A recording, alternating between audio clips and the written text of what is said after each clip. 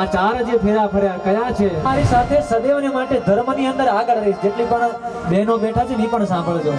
આ બેનની પ્રતિજ્ઞા છે કે ધર્મ કાર્ય જ્યારે કરવું હશે હંસાબેન, ત્યારે આ બહેન એમ કે છે, આપણી દીકરી એમ કે છે કે ધર્મની અંદર હું સદૈવ તમારી આગળ રહીશ. તમે મારી પાછળ રહેજો, હું તમારી આગળ રહીને ધર્મને નિભાવીશ. બીજો ફેરો છે અર્થનો. એટલે તમે જે પણ કમાઈ આવશો, 5000 કમાઈ આવો કે 5 લાખ કમાઈ આવો, એનામાંથી ઘર ચલાવવું એ જવાબદારી મારી છે. હું ક્યારે એમ નહીં કહું કે આપણા ઘરની અંદર હવે કાંઈ નથી. એટલે દીકરી એમ કહે છે કે અર્થની અંદર પણ હું તમારી આગળ રહીશ. પછી કામ. ત્રીજો ફેરો શેનો છે? કામ. પ્રથમ ધર્મ, બીજો અર્થ અને ત્રીજો કામનો ફેરો.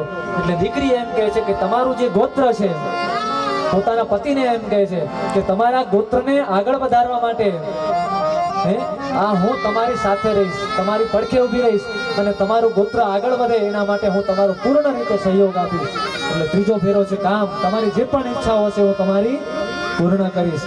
આ 3 ફેરાની અંદર દીકરી આગળ રહે અને ચોથા ફેરાની અંદર પુરુષ આગળ થાય છે. એટલે પત્ની એમ કહે છે, જો ધ્યાન દઈને સાંભળજો કે 3 ની અંદર હું આગળ છું, પણ મોક્ષ છે એ તમારાથી પહેલા મને જોઈતો નથી. પ્રથમ હું તમને મોક્ષ અપાવીશ. આ આપણી પરંપરાઓ છે બહેનો, કેટલી ઉજળી પરંપરાઓ છે.